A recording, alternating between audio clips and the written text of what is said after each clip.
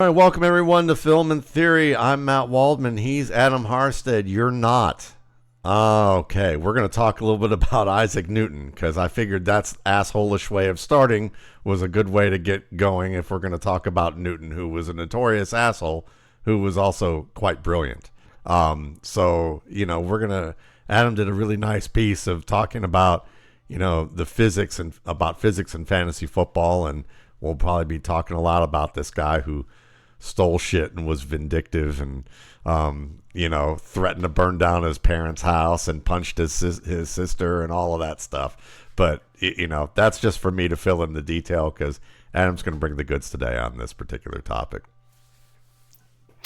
You admitted his gullibility and penchant to fall for rampant quackery. He was a big believer in things like alchemy and things like that. He did work a lot with mercury. That might have been part of his problem. I mean, I think there's something to be said that, like they say that there's a thin line between genius and insanity. And I think like a willingness to believe things that are absolutely crazy but actually true probably correlates pretty strongly with the willingness to believe things that are completely crazy and actually false. So it's not really that surprising. I mean, Keishon Butte is going to be a number one wide receiver. That's my display. That's absolutely crazy and either true or false. Yes. See, there we go. Although, that's really a false dichotomy because there's a whole range of possibilities that fall between simple true and false. See, I already got Adam off track. See, I know. Anyway. Yeah, a big thing for me is I write a lot about like paradigms, and paradigms are just ways that you can look at things. But when you say paradigm, it sounds a lot fancier, and people think that there's a lot more like thought and intellectual heft behind it, but it's just different ways of looking at things. And my big thing is that the purpose of beliefs and of all of these shortcuts, it's not necessarily to be true. It's to be useful. And this whole, the idea that players in fantasy football possess inertia. It's not actually true, but to me, it's useful. And so the example I give is you look at like player values. So for those who aren't as familiar with Newton, he did the three laws of motion. An object in motion will remain in motion until some force acts upon it. An object at rest will remain at rest until some force acts upon it. For every action, there's an equal but opposite reaction, and so on. These are all properties of objects with mass. So like a ball has inertia. A planet has more inertia. The more mass you have, the more inertia you have. Player value, there's no mass there. So technically, there is no inertia. But if you observe player rankings over time, you notice that they exhibit behavior that would be similar to what you would expect of an object with inertia. You look at a player who starts, like risers tend to keep rising until some force causes them to stop rising.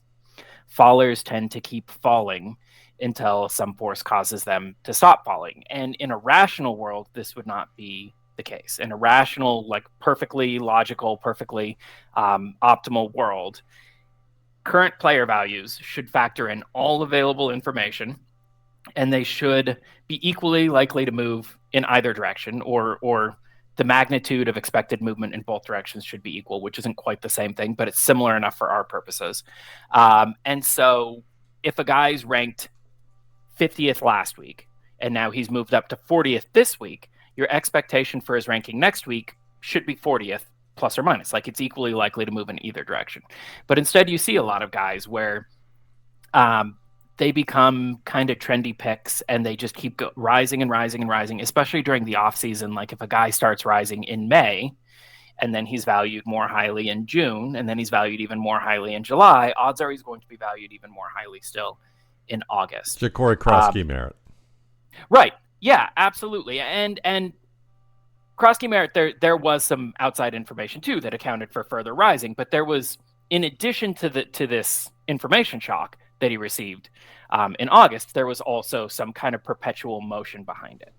And partly this is just a function of how the markets work in fantasy football and how people value players in fantasy football. Most people, when they're valuing players, they aren't thinking of like a single point value. And you see this a lot between like professional bettors, professional gamblers, and like recreational gamblers. Like a recreational gambler will say something like, I like the Colts this week. And a professional gambler will say, I like the Colts this week by 7.5, right? And if the line gets to Colts -8, well, they don't like the Colts anymore. If the line gets to Colts -7, well, then they love the Colts. They don't like or dislike a team. They like a specific team at a specific point. But in fantasy football, a lot of people are like, oh, yeah, I like Jonathan Taylor this year. And what that means to them is whatever Jonathan Taylor's ADP is, they want to draft him like a pick or two ahead of that to ensure that they get him, which then causes his ADP to rise by a pick or two. And then they're like, well, I like Jonathan Taylor this year, so they want to draft him a pick or two ahead of that. And so there's kind of like some momentum behind rankings where risers continue to rise because people are pinning their value to ADP, and then ADP is reflecting that pinned value, and then they have to go above ADP again. So again, I don't literally believe that player values have inertia. There's no reason why they should continue to rise, but because of the way markets are structured, it's useful to think of player values as having inertia, because that will help us make better predictions for, should I buy this guy today or should I buy him a month from now? Should I sell him today? Should I sell him for a month from now? What is likely to happen to this player's value? And if you can predict changes in player value, then you can, create arbitrage opportunities and create some profit on the market. Nice. Yeah. No, that's good. That's good stuff. I mean, it totally makes sense. Moving forward with this, let's talk also about value, a little bit. You've written something this week about, what is value and what can Greek philosophy teach us about value in players in Dynasty? Yeah, last week's was kind of like a table setter, and I hate kind of writing table setter articles, but I kind of want to get into some stuff, and I kind of can't really get into it until the table is set. So to me, like my philosophy in fantasy football, I try to avoid like this one big theory will explain everything, but a staggeringly large percentage of success or failure in fantasy football and in dynasty leagues in particular is going to relate back to value, player value. How much player value is on your roster, which direction are player values trending for the players. And value is useful for so many reasons, because it's points that win games, but value, if it means anything, is something that has to be convertible into points, either because highly valued players score more points, or else because highly valued players can be traded for players who score more points. If you have 2 running backs on your entire roster, some people might say that that's a shallow team, that a single injury will doom them. But if you have 2 running backs and 8 future first-round picks, really you have arbitrarily high number of running backs on your roster, because if anything happens to one of those 2 running backs, you can trade picks, you can convert value into more running backs at any point that you want, unless you're past the trade deadline. Kind of a whole rabbit trail right there. So I think that a lot of, speaking of paradigms, ways of viewing things, I think one of the most useful ways to view dynasty teams and to view dynasty leagues is in terms of this paradigm of player value. But to really start doing that, we have to kind of get into the weeds about like, what is player value? What do we mean when we say player value? And the place where most people are going to come across the term is going to be in things like trade value charts, or sites like Keep Trade Cut and Fantasy Calc, which are tremendous free resources that kind of crowdsource player values across dynasty leagues through different methods. Keep Trade Cut, for those who don't know, is a site. It's free dynasty rankings, and they just ask everybody who visits the site to look at the rankings to rank 3 players against each other. And then from that, they create relative player values. So it's crowdsourced rankings based on direct player comparisons. Fantasy Calc is another tremendous resource that tracks, like, it registers a bunch of dynasty leagues, and then it goes through and it tracks all trades going on in those leagues. And it'll say that, like, oh, Ja'Cory Krosky-Merritt was traded 18 times in the last week, and this is what he returned. And from that, we can infer that his current value is this. And it'll track those changes over time. And both are tremendous resources, and they're giving player values. But it's not really like the kind of abstract high-level value that I want to talk about when I talk about player value. And so I used the analogy of Platonic idealism, where Plato had the theory of forms, or the theory of ideals, that like if I point to a rock and I say that's a rock, like what does that mean? What does the word rock mean? It can't mean that specific rock, because then we'd need a different word for every single rock in the universe, right? And it can't mean, like we have dictionaries that try to define these words. But all of these definitions are going to be imperfect to the concept of rock. I can say a rock is a large, irregular object made out of minerals, whatever. But then there's always going to be... Or a television star who used to be a professional wrestler. That's the rock. That's not a rock. That's true. We have to... Articles matter. But Articles it can't matter. be the a version of a rock, but okay. It can't. Okay. But definitions are always going to have edge cases where, okay, I say it's a large object. What about, like, where's that dividing line on size? If I take an object that is like right at the bare minimum dividing line according to that definition, and I shave off a single atom, does it cease to be a rock? Because now it no longer meets the threshold. And so we can attempt to define it. But this problem of, like, what do we mean by words? It's been like a big philosophical debate for ages. And so Plato suggested that there exists this alternate universe populated entirely by ideas. And in that universe, there exists the concept of a rock, which possesses all features that make something a rock and none of the features that don't make something a rock. So this is like the perfect representation of rock. And when we say rock in the real world, we're kind of vaguely gesturing in the direction of that idea. But the idea kind of exists separate from our vague gesturings. And so I'm suggesting that when we say value, we kind of mean this idea of value, which is kind of like, roughly speaking, it's something like, how much does this player help you achieve the things that you care about? And winning is going to be a large part of that. But there's other things that somebody could care about. If you're an Ohio State alum, you might value players differently than if you're a Michigan alum. There might be some players who you are higher on or lower on, depending on what schools you like to root for. Some people will place a higher emphasis on personal character. And so you might get different, like in theory, different managers might have different values for somebody like Rashee Rice, even if they don't disagree on the underlying fundamentals of, like, how much will this guy contribute to winning. And then also, like, value varies so much from league to league. Obviously, scoring system, starting lineups, that impacts player values. Quarterbacks have higher value in superflex leagues than they do in single quarterback leagues, is a fairly trivial example.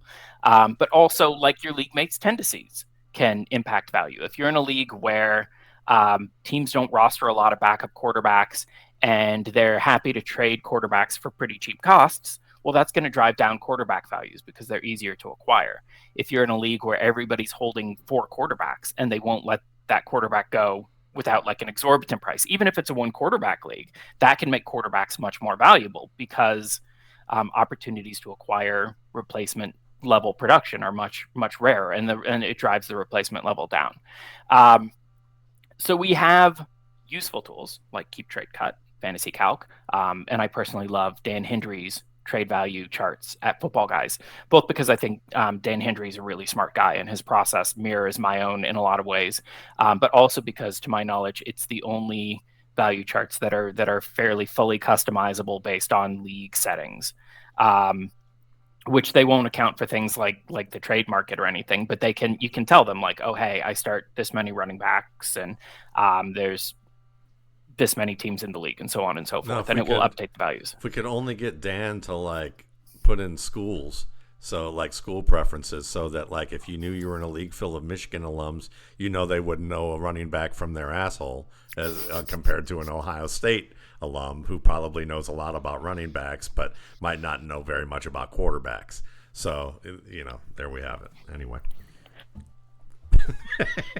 I was about to say, is this CJ Stroud slander I'm hearing? Hey, it might be. I don't know. I mean, but that maybe might be that. It might be more just quarterbacks that pass. Cardale Jones, folks like that. Okay. Yeah. Okay. Yeah. Yeah. So there's this concept of value, and the concept of value I think is incredibly useful. This is another one of those things that, like, whether it's true or not is completely subordinate to whether it's useful. And when you start thinking of value as like this abstract, all-encompassing idea, even when you acknowledge that like we can never like create value charts, like we can never actually Perfect. like whatever we've created this idea of player value that's completely unachievable in this world. Everything in this world of objects, is always going to be like a vague approximation, like a hand wave in the direction of the idea. But being able to think of things in terms of that idea enables us to do all sorts of cool analysis. I think cool analysis, like in theory, if we had this perfect Platonic ideal of value, if we had access to like the true source of value, what would happen? What would that look like when Patrick Mahomes had a huge game? If Patrick Mahomes went out tomorrow and threw for 500 yards and 5 touchdowns, I think the first thing we'd say is, why the hell is Patrick Mahomes playing a game on Friday? But let's say he went out on Sunday and threw for 500 yards and 5 touchdowns. And we're like, well, of course Mahomes threw for 5 touchdowns. He's playing against high school teams. What the hell is that? But say he did it against an NFL team. In theory, in our pale limitations of value, what's going to happen to Mahomes is his value is going to go up. But if we had access to like this true Platonic ideal of value, his value would actually go down after a bad game, because we'd be saying, well, that's 500 yards and 5 touchdowns out of his career production that we no longer have access to. Those are points that we can never score ever again. They're gone. They've sailed down the river. And so Patrick Mahomes is less valuable as a result. And it's fun looking at like Mahomes.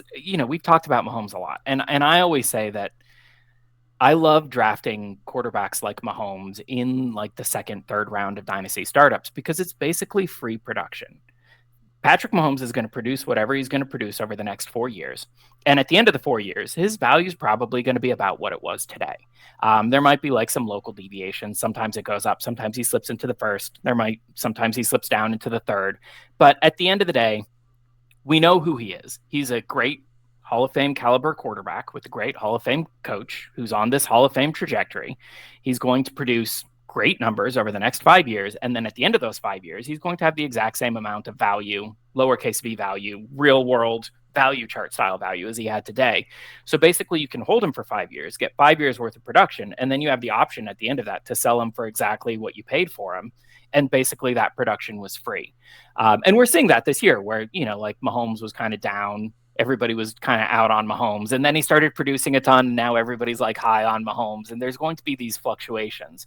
But in lowercase v value, his production is essentially free. Now, if we had access to this capital V value, that wouldn't be the case anymore. So let's have some fun talking about taking value, but maybe just having it being a tangential part of this conversation. But like league scoring rules, okay? I'm thinking about starting a dynasty league, and I've invited a number of people that I've spent a lot of years competing with or doing work with. And one of the things that I want to do is I want to create an environment where there are multiple ways that you can create a strong team. Because like there's a lot of leagues where it seems like, you have, one quarterback lineups with 2 running backs, 2 wide receivers, tight end. That would be, to me, the most restrictive form of lineups, and also, but, what we would say is that lineups and scoring rules, waiver wire rules, trade rules are probably all things that either can restrict the ability for an owner, GM, to be creative in how they build a roster that's productive. Whereas the more options you provide, the more creative they can be. But at the same time, maybe also there's a part of it where I feel like fantasy football is a little like poker in the sense that if you have too many flexes in your lineup, it feels like you're playing poker with a lot of wild cards. And then it kind of takes some of the skill out of the equation. So in your opinion, where's the line for where like you're creative, but maybe this lines you're getting you're bleeding over to the point of just injecting too much luck or too much, you're getting rid of skill into the equation, and where the point where you're being open to different forms of skill. Because again, I'd like to be able to accommodate people like you who trade a lot, and there's people who I know who trade a lot, and I want to be able to accommodate people who are like, yeah, fuck y'all, I don't really want to trade with y'all, but I would like to be, but I can build a roster in a number of different ways that I can be creative and inventive because I study other parts of the game, So where would you manage those lines? Where do what are some things that, just some thoughts with it? It doesn't have to be perfect, obviously, just because I just brought this up to you just now and not like, hey, let's talk about this week. So. Oh, no, that's fine. This is something I've thought about a lot over the years. And I've written, you're saying that removing constraints allows creativity to flourish. And I'm not entirely sure I agree with that. Okay. I think often constraints spur creativity. I've talked about, like, is Shakespeare good despite the fact that he wrote all his poetry in iambic pentameter? Or is Shakespeare good because he wrote all of his poetry in iambic pentameter? Is the uncompromisingness of the form, was that a handicap or was that an asset? Did it force him? But was he competing for pages with somebody else to write on? Or competing for words to use, and that he can no longer use those words because somebody else has them? Well, yeah, but I just think that, like, it's like the old classic where, like, you go into your editor and your editor's like, I want 7,000 words on the impact of parking minimums. Like some boring, dry topic. I want 7,000 words next Thursday at 10 o'clock. This definitely isn't a fantasy football article. No, but like everything's very clearly defined. Sure. You know exactly what the brief is, and like, great. It's not going to be fun. It's going to be kind of soul sucking, but I can deliver exactly that. Whereas you go into an editor and the editor is like, I want you to write whatever you want about whatever you want. Make it as long as you want. Get it to me when you get it to me. Like, you're like, well, crap. That kind of sucks. Like, I have no idea how to approach this. I have no idea where to go with this. You kind of need, like, that starting point. You need the brief. You need, like, some sort of rules or constraints, some sort of box to operate within. We are different people. Well, yeah. I mean, I don't know. Like, I have my one article a week, and that's basically the brief, is like, write about whatever you want to write about. And I love it. I enjoy it. But it is, like, in a lot of ways, it's like miserable. It is by far the hardest thing I write every week, because, like, if you can write about everything, how do you decide what to write about? And it's sometimes I think that, like, it creates really, really good results, and sometimes I think that, like, the lack of focus, like, I've definitely had some absolute duds, and it's typically that article when I have one where I'm like, oh man, that was terrible. It did not come together at all. I have no idea kind of what I was thinking going into that. And invariably it's always that one, because I didn't have the constraints. Okay. Sure. And I once did a podcast episode entirely in iambic pentameter, just because, like, it's good to have constraints sometimes. It's good to have, if everything can work, in some ways, I feel like that inhibits creativity. Whereas when you have the constraints, you have to find creative workarounds. What's the necessity is the mother of invention. Sure. Without, like, that necessity. So, like, I've done a league where it's just like everything's a flex. I try to equalize scoring so that each position scores about the same number of points, and you can flex. And so, like, if you wanted to do, like, a lineup with 8 defenses, you're basically saying, I can pick defenses better than anyone else can pick defenses. I want to go all defense lineup. Yeah, that's fine. You can do that. And I don't know. It was kind of a miserable league for one thing, like you said, there's no reason to trade, right? If you don't have needs, I don't have any wide receivers, but that's fine. I don't need any wide receivers. There's no motivation to trade for wide receivers. And then, yeah. So what if you injected, say, for instance, we do this. I think I agree with your point. I mean, that's an extreme that I could understand.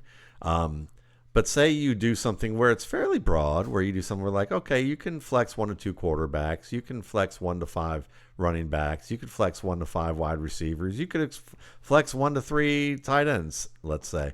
But say we do an element like a vampire league, where then suddenly you created a man, because if you're the highest scoring team and you're the vampire, then you can steal somebody from somebody else's squad, and so now you end up creating player movement, but also incentivizing in a way where it's like, if you're scoring well and producing well, you can start stealing players off of other people's rosters. Yeah, I mean, I'm a big fan of chaos. People talk about they want fantasy football to be the best reflection of skill. I like the fact that the best team wins 55 to 60% of the time, because it means that, like, hey, like my wife has a work league, and there are some people in that league who are like fantasy football diehards who are doing like 12 leagues a year, and there are some people who like have never played fantasy football before and they just joined because their friends were in and they wanted to like meet up and drink and shout some football player names and have a great time. And typically the diehards tend to do better than the complete neophytes, but it's a pretty weak tendency. Yeah. You get a lot of the neophytes in the playoffs, you get a lot of diehards at the bottom of the standings, and that's fun. That's fun for the neophytes. It's fun for the diehards, because if victory is like fait accompli, why are you even bothering to play it out? Just sim the season and move on. I just miss drunk people shouting Barkevius Mingo. Barkevius Mingo was a good one. Yeah. TJ Hushmanzada. Yep, definitely. TJ, who's your mama? Yep. Or shouting Steve Smith, but not specifying which one, and winding up with the wrong Steve Smith. The year he like lead the league in receptions, or he had like 100 receptions one year, right? And the other, the quote unquote right Steve Smith got hurt, and so like it. But that's a perfect example that like the less sophisticated player who didn't know they had to specify which Steve Smith wound up with like one of the top receivers outperforming the draft position. And that's, to me, chaos is great. In a vampire league or something like that, guillotine leagues, things like that, they introduce chaos. And I'm not opposed to that, but I do think that they're kind of orthogonal to the idea of like making fantasy football more skill loaded. Like if you want it to be a better reflection of skill, player movement, like unilateral player movement, where one team can basically say, I'm just going to take this player from you. That's going to like reduce the impact of skill, because anybody can have a big fluky week. Right. And I had a team, the all-time record in my home dynasty league for the best playoff run by a number of metrics, number of points scored, all play record during the playoffs, whatever, belonged to a team that was second to last in total points in the regular season, limped into the playoffs on like this fluky schedule luck, and then had like Darius Hayward-Bay and Brent Selleck just blow up, just go completely nova and dominate their way all the way to a championship and records that like still stand today. That's like the fantasy equivalent of Dumb and Dumber, like stumbling upon the noble laureate, Right. Yeah. Right. And it happens. And that's why fantasy football is fun. But also, yeah, adding more of that might make it more fun, but it's not going to make it more reflective of underlying skill. So finding that balance is really the key here, is striking that balance between having enough skill and luck, where it's skills compelling for the people who feel like that they want to build what, are trying to build what they do, but the luck there's enough opportunity for luck for those to pose obstacles in their path. And then the real sticky wicket is you get something called the Mabusson paradox of skill, which says that when skill levels are relatively equal, luck dominates. Like you look at like who's better at chess, me or Magnus Carlsen, right? Obviously Magnus Carlsen.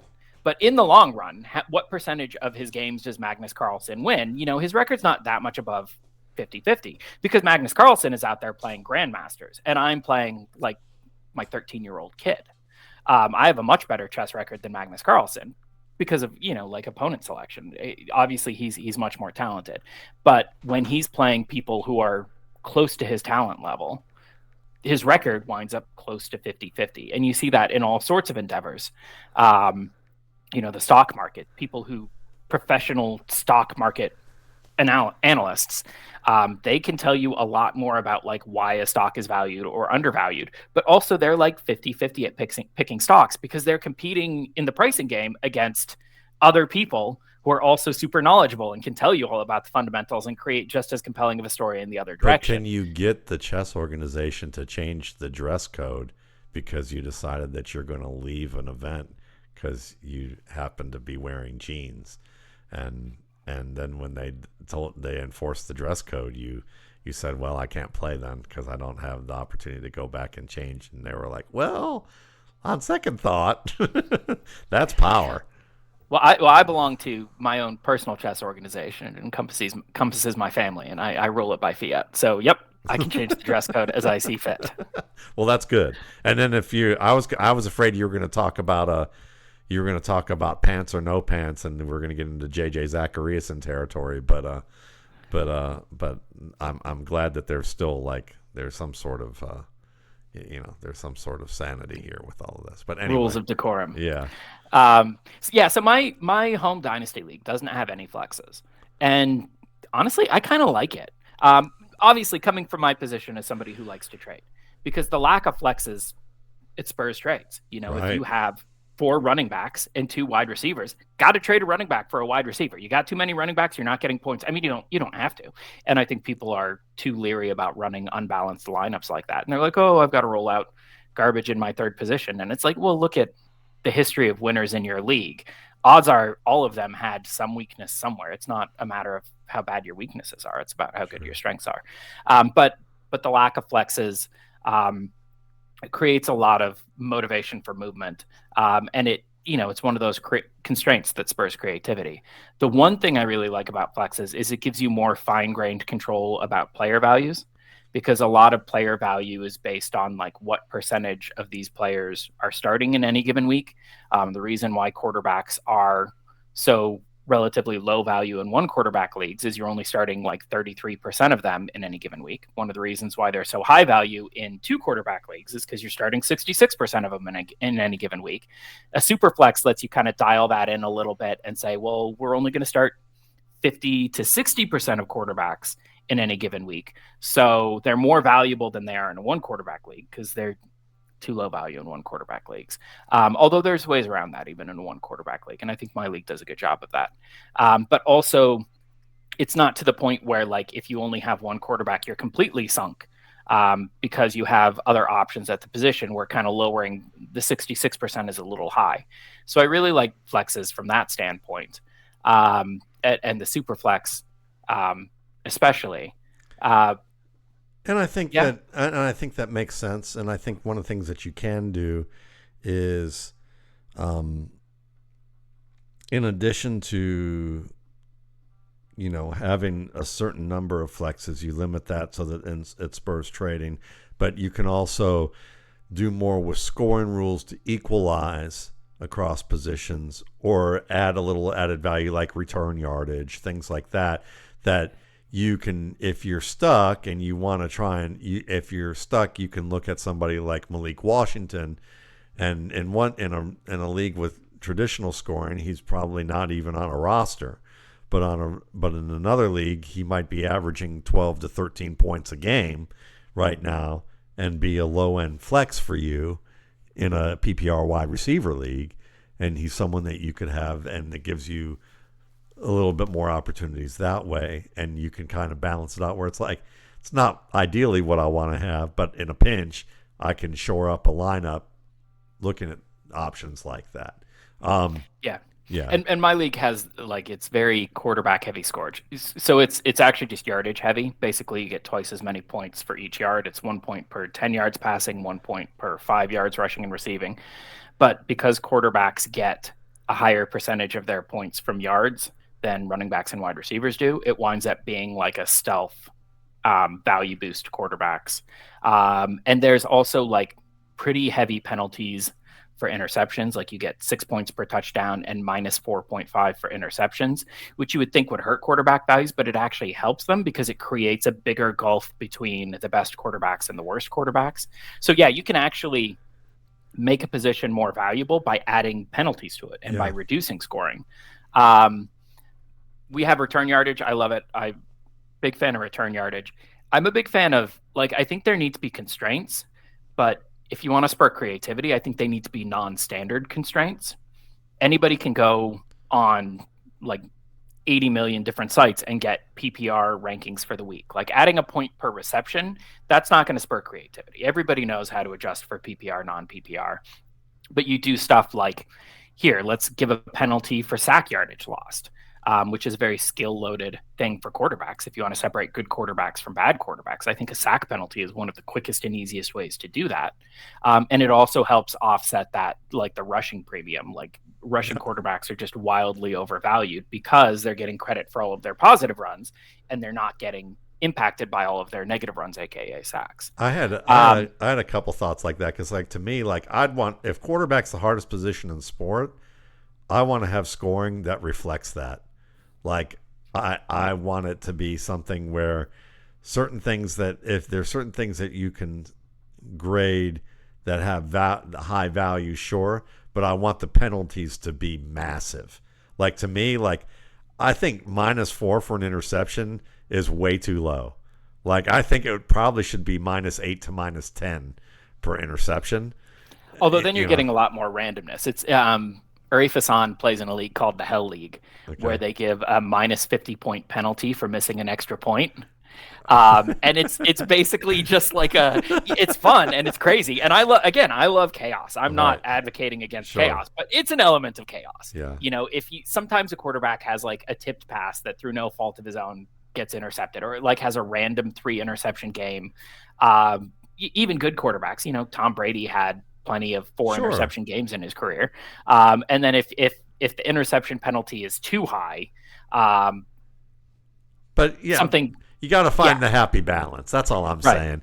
Because like then here's another one that I want to throw at you. Then what about something where you say, where maybe you have flex rolls, but I've never seen this before, but I've been thinking about it, is what if you had a flex roll, but the flex roll could only be for a player who's ranked currently statistically in your scoring system outside specific points. So like you can only flex a wide receiver who's not in the top 48, or you can only flex a running back who's not in the top 36.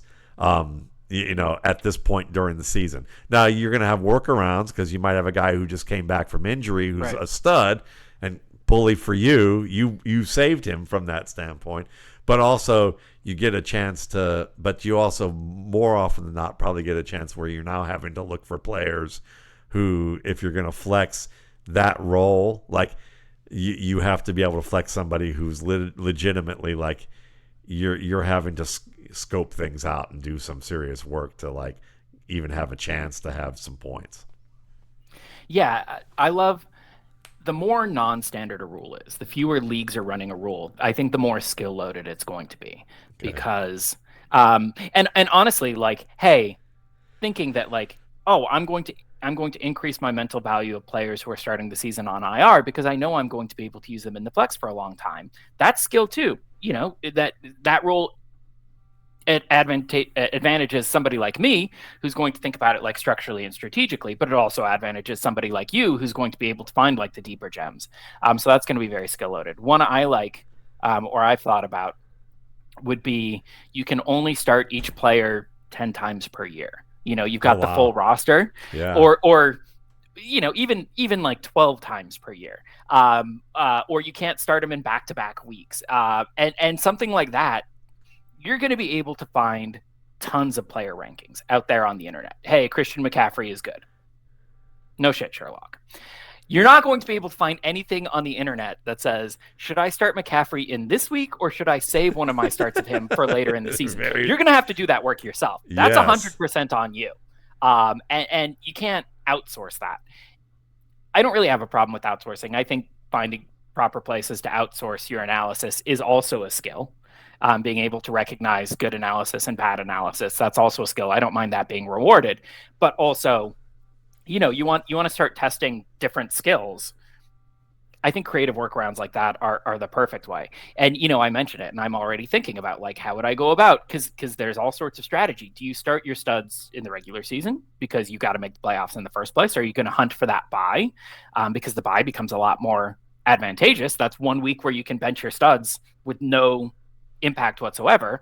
Or are you going to save them for the playoffs, because like ultimately playoff weeks are significantly more valuable than regular season weeks. And the problem with a lot of this stuff is it sounds so fun, but it just creates a lot more administrative overhead. Of course. Like how do you track and monitor that? I used to have a league that I managed that I loved, but what it was is that you would basically had stock market values for players. And so, back in the day, say you had, Willis, the linebacker for the Patrick Willis, and say you got him in an auction format for $8, and now he's worth $18, and you could have the option to sell him to put him on the waiver wire and sell him off, and you're going to get $10 back, and then you can use that extra $10 surplus on on more expensive players who are available on the market, because now you have to you're acquiring them based on how much money you have in your budget, and you get more padding with your budget. Now, of course, if you make a series of bad moves that don't work out, you get punished for that, and you may be at a point where you can't afford players because you've ended up having to sell off somebody at a loss, or your players are at a loss and you don't have any budget available to like acquire new ones. And that's fun. But the work that was involved to do some of that was a little more, it gets to a point where the administrative level of that can be intensive. My very first fantasy football experience was the Sporting News's Ultimate Salary Cap League, which was like that, where you have everybody has it's kind of like a proto DFS. Everybody has a budget at the beginning of the season. They can buy whatever players they want. And then they get 3 transactions per week where they can sell a player and acquire a new one. As players, like as more teams bought a player, their value would go up. So like the biggest example was like Anquan Boldin, his rookie year. Nobody had him before the season. But then after week 1, everybody traded into Anquan Boldin, because you're like, hey, we can get this guy who just had a 200-yard game for like $300,000, where in a league where top receivers are usually commanding like $12 million. This is a huge advantage. And then because everybody bought Anquan Boldin, his price shot up. And then you could, even if you changed your mind later, even if you didn't like Anquan Boldin, the smart play was like, I'm going to trade for Anquan Boldin now. I'm going to acquire him, and then I'll just trade him off later after I've banked all like that huge value rise. And then I'll have more money to acquire players I do like. And that was cool. It was kind of like a cross between DFS and there was like that extra strategic layer where like, who are the players that I like, but also who are the players who I think are going to rise in value. And then around week 12, you're like, should I start focusing more on chasing points, or should I keep trying to increase my roster value so I can chase points later, but we're near the end of season, so I'll have less time for that to pay dividends. And there were questions like, I get 3 transactions per week and I can roll them over. Should I use those transactions now, or should I like save them because I'm going to need extra during my bye week? And to me, it was the most fun. I would love if something like that existed, but it was great because it was automated. Yeah. You had to pay real money to play for them to run the servers and handle all the bookkeeping and everything. But I would gladly pay if somebody brought something like that back. I would love to play that. That was my favorite. To me, that was the most fun system because it has all these constraints. But again, there's not any standardized advice. You have to like make your own choices and trade-offs, and you're going to have to do a lot of the work on your own, and you're going to kind of live and die based on how well you do that. Yeah, that's why I liked that league. I ran for about 5 or 6 years, but at that time it was like I wasn't writing, and I wasn't, I was just working in a call center, managing a call center. So it was I was knee deep in spreadsheets all day anyway, so it was fine every Tuesday, or every Tuesday morning I'd run the sheet and send it out to my coworkers, and they would and have it update and just update it, and it wasn't that big of a deal, but it took a little bit of time. Yeah. Yeah. I mean, I used to run leagues on message boards, calculating all the scoring by hand, running waivers by hand. Everybody would DM me, and there was just Scout's honor. Like, I'm not going to look at your waivers until I do my own, and then I'll submit, and then I'll like manually go through what's the waiver order, they get this. And like everybody else, hey, if I made a math error, you guys got to double check your scores. If you don't catch my math error, it's final. And doing all of that by hand. And it's just time. I was in college at the time. College kids have a lot more free time than now. I'm old. Now I have kids. I don't have the time to do that anymore. And that's the thing, is like, I have a bunch of like really cool ideas, really fun ideas, but do I want to do the amount of legwork required to implement them? I don't know. Yeah. I'm kind of at the point where I'm kind of, I'm vacillating between quitting pretty much every league and just running one, or having maybe 2 or 3 leagues. I'm only in like 5 or 6 right now as it is.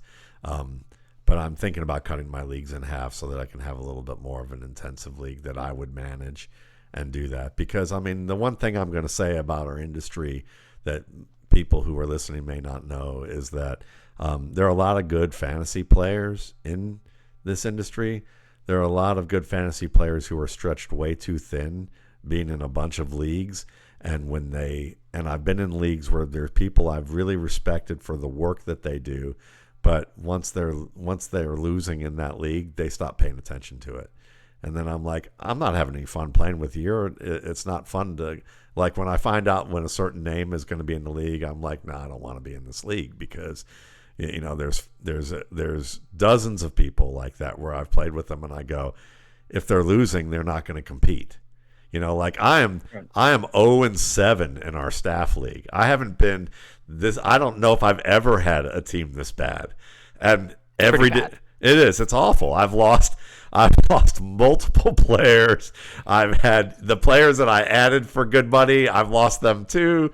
I've had a bunch of things that gone on. I made some picks that weren't great, but there were. I think the best game I had was against you in the opener, and you had the highest scoring team, and I was second highest, I think, and then that was it. And then I've just started losing people left and right. But I'm still active. I like to compete. So I don't care. My job, for me right now, my job is to see if I can eke out wins and if I can build some sort of momentum. And if I can't, that's fine. But I don't like giving up on situations, and I like to try and find it. To me, it's almost more fun now to try and take a team like this and see if I can make it better in the face of really bad circumstances. And there's a special kind of joy that not a lot of people are going to know, not a lot of people are going to appreciate, but there's a special kind of joy in being like a 1-12 team, and you're in the last week, you're playing a team that just needs one win to get into the playoffs. Exactly. And they see that they're facing you, and they're like, great, easy path to the playoffs. And I think there must be a German word for it, but that joy in somebody thinks that they've got a cakewalk, and then you take them down, you're making all these crazy waiver moves you're blowing all your free agent blind budget in week 13. And also, I think the integrity of leagues really depends, and the long-term fun of leagues really depends on managers doing that. Because if I'm playing a guy in week 1, an awful team, if I'm playing an awful team in week 1 when he's actually trying, and you're playing that same awful team in week 13 when he's not trying anymore, it doesn't matter that he's awful in both weeks. It matters that you were gifted a free win, whereas I had to earn mine, even if he had the same score in both weeks. He wasn't even trying for you. And then if we're in a playoff race against each other and it comes down to that one game, and you get in because you got the guy late in the season and I got out because I got him early in the season, it just sucks. It's just not fun. I always say, the more I play fantasy football, the less I like fantasy football. I always have a hard cap, 3 leagues. I'll do 2 Dynasty, 1 redraft. That's it. any more than that. And like, it's just not fun to me. And I can't devote the kind of attention that I would like to devote to it. Um, And Even that's the at point. 3, yeah, That's the yeah, point. I mean, it's like you want it to be fun, and you have to understand what your life is like at that moment to be able to cultivate, to be able to maximize it being fun, and go from it from that perspective. But yeah, because I like to play in leagues, I like to play, and I like to compete, and I don't really care about. I mean, yeah, it's nice to win.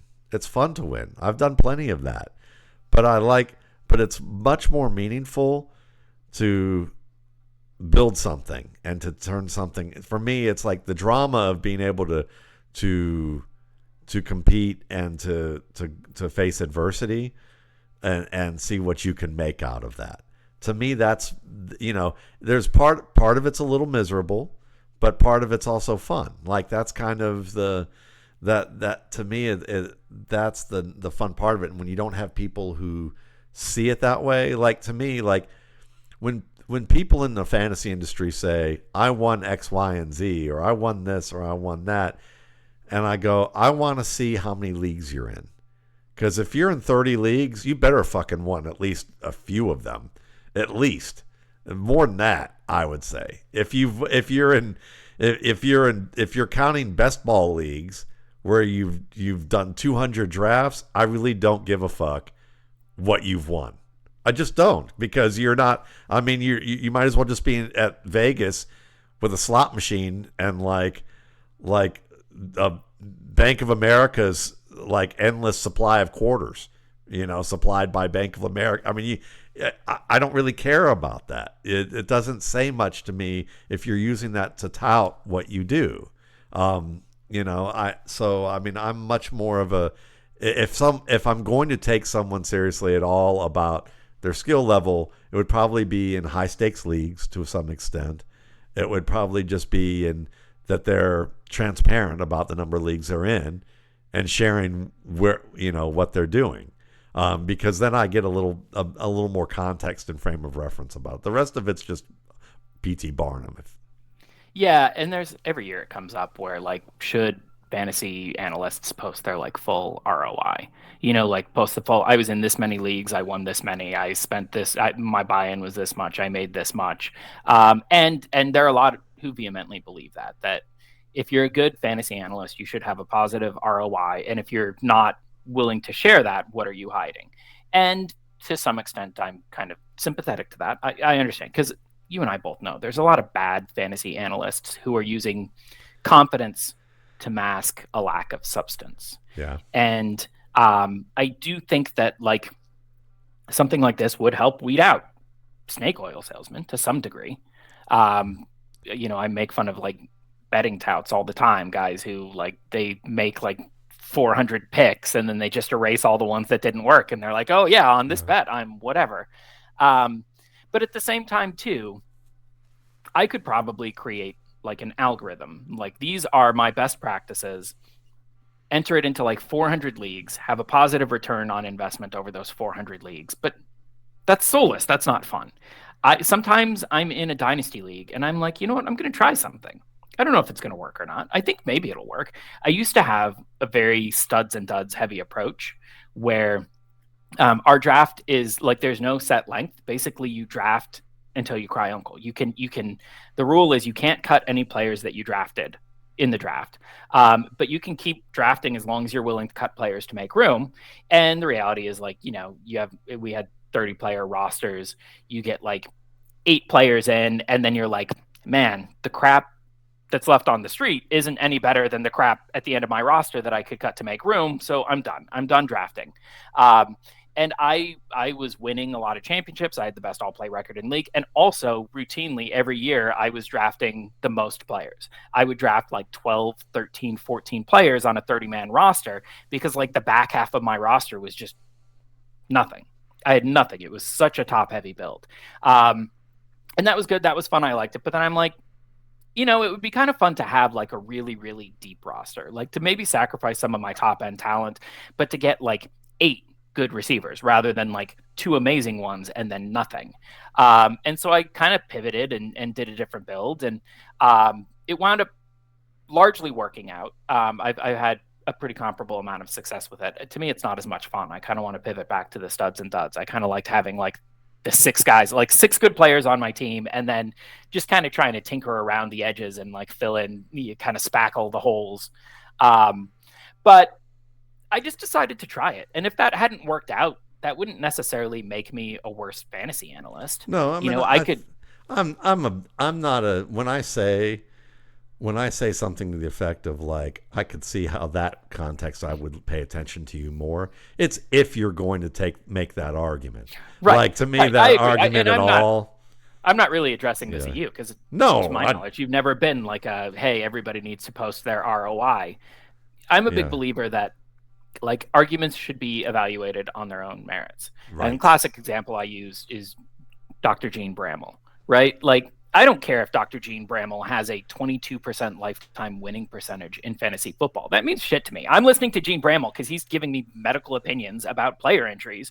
I care how accurate those medical opinions are. And historically, Gene, we know, was the best. He had an incredibly good track record, and he was always thoughtful and not gross, which I think is sometimes hard for injury analysts to not be gross, because it's inherently kind of a gross thing to be speculating about. Yeah. But I thought he handled it with great sensitivity and tact, and Gene was the best. I don't care what his record is. I don't care what his ROI is. I can evaluate his arguments on the basis of their arguments. And similarly, like, I am a very successful fantasy football player.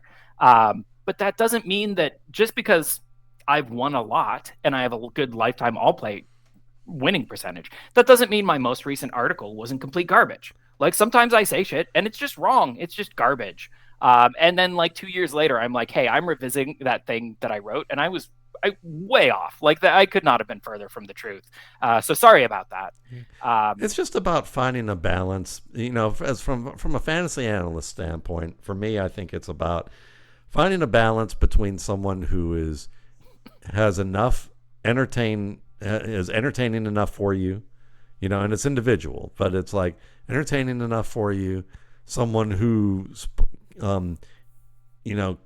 keeps your curiosity, and holds your curiosity in terms of wanting to learn some new things, who is also willing to revisit and is on a journey of learning themselves. But what they share and what they're trying to impart, makes sense. Even if they're saying this might be nonsensical, you may be reading that and going, okay, they're searching for something and they want to put that out there. And maybe they might be getting something back from the community when they share it in this fashion. And they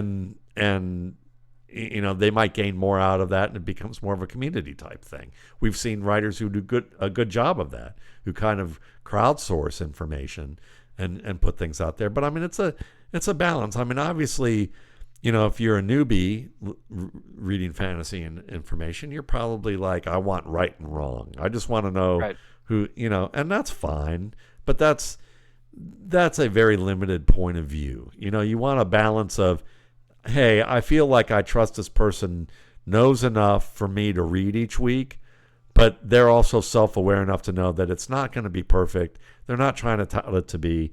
And that also, I mean, at the end of the day, I mean, to me, ROI makes, I mean, look, my ROI 20 years ago is much higher than it has been in the past 10 years. But what I've been doing in the past 10 years is far different than what I was doing 20 years ago. Do you want me to do what I do with the RSP, or do you want me to win fantasy leagues? I mean, sometimes there is an either or with some of that.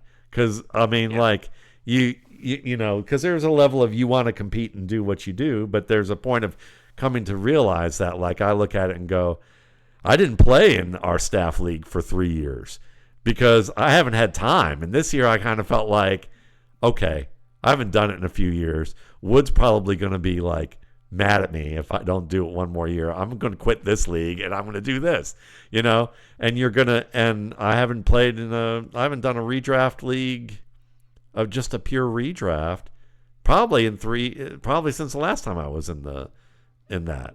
But does that change the caliber of what I recommend and what I don't recommend? I would say it's pretty minimal. Yeah. and what the benefit ends up being, especially from what I hear from feedback from readers on a weekly basis. That hasn't changed. If anything, it's helped. So, it's a little bit, the ROI thing. I love the idea in theory, but I don't know if in practice that's really makes sense. And it's hard to. I mean, the one nice thing about it is it's very straightforward. I say that, hey, arguments should be evaluated on their own merits. And that's great. But like, most consumers are not going to be in a position where they're able to evaluate arguments on their merits. I read your work and I see you breaking down film. And at some point, I just have to trust that you know what you're doing, because it's not like I have the experience Right. or expertise to offer, oh, no, he's actually wrong about what he's seeing here. I don't know.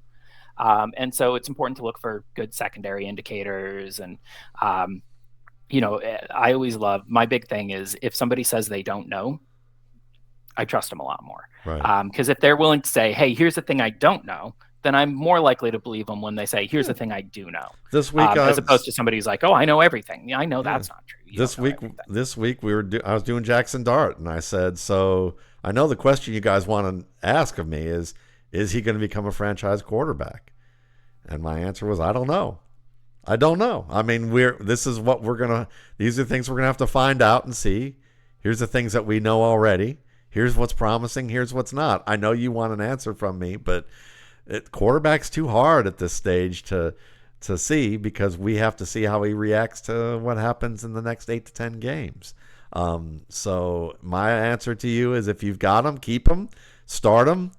Make sure you don't quit your day job with the guy who you drafted earlier. If they're good, don't burn all the boats type of thing.